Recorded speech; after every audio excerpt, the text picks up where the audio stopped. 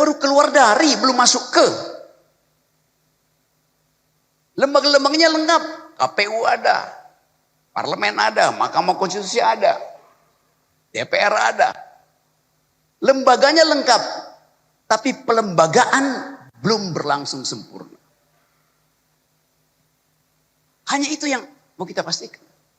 Jadi sekali lagi kalau kita mau bicara tentang reformasi, transformasi, apapun istilahnya, kita mesti lihat bahwa kondisi kelembagaan kita itu tidak menghasilkan pelembagaan, hanya ada perubahan di dalam lembaga. Tetapi kita mulai lihat bahwa ada inisiatif lokal untuk menghasilkan ide tentang demokrasi. Waktu demonstrasi Agustus kemarin saya ada di Pekanbaru di Riau. Nemenin Irjen Heri Heriawan, Kapolda Riau. Demonstrasi yang besar itu, saya datang ke situ. Yang dipajang di depan para demonstran, menyambut para demonstran bukan panser, bukan water cannon, tapi spanduk besar ditulis oleh Kapolda Riau, Saudara Heri Heriawan.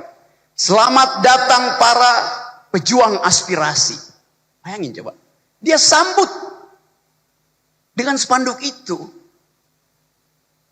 Nggak ada ketakutan, demonstran ngoceh suka-sukanya. Karena dia anggap demonstrasi itu pejuang aspirasi. Dengan cara itu langsung terbagi kimianya tuh.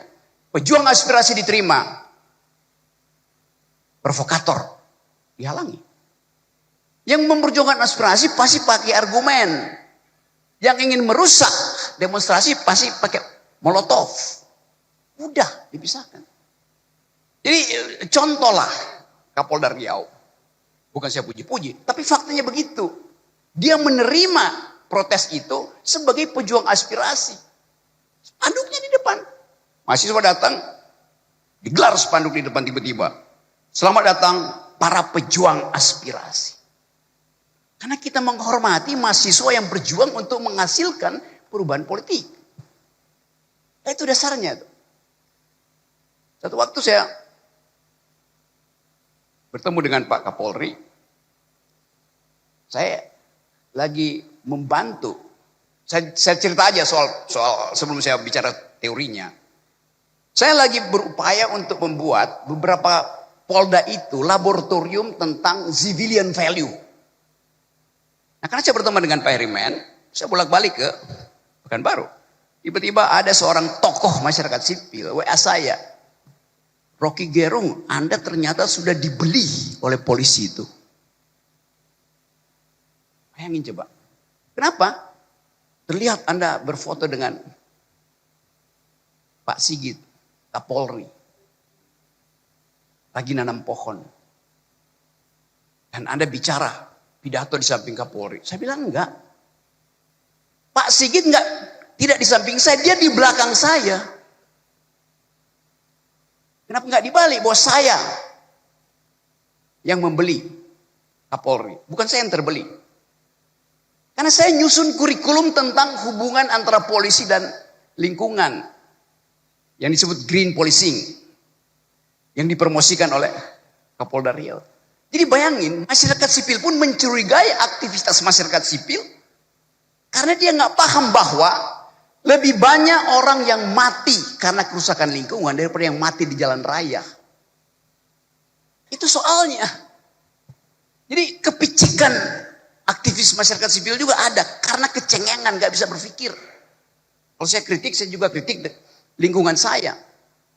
Yang mencurigai hubungan antara aktivis, dosen, jurnalis, dengan kalangan kepolisian. Rocky Gerung sudah terkooptasi oleh Kapolri. Lalu dalam isu lingkungan terbalik. Pak Sigit terkooptasi oleh isu lingkungan yang saya buat. Begitu dong fairness-nya tuh. Jadi kita lihat bagaimana kepicikan itu ada di dalam bahkan masyarakat kita. Dan itu terjadi karena satu hal. Di belakang kepala kita, di belakang kepala mak-mak, di belakang kepala para dosen, kepala jurnalis, ada isu yang unexplainable, unspeakable. Yaitu soal fufu-fafa dan soal ijazah palsu. Itu yang jadi background kemarahan publik yang tidak mungkin dia ucapin. Karena menunggu ketidakpastian. Isu ini sampai di mana tuh? Kita bikin riset, saya bikin riset, isu ini akan ada di semester ke depan, masih ada di situ. Jadi kita mau coba bahas sekaligus, apa yang kita sebut sebagai reformasi sebetulnya, basisnya adalah kecurigaan masyarakat sipil terhadap penyelesaian kasus-kasus yang sangat sensitif. Mereka tidak bisa ucapkan, saya pakai satu istilah, deep psychology, psikologi dalam masyarakat kita adalah bimbangan, kecurigaan, ketidakpastian.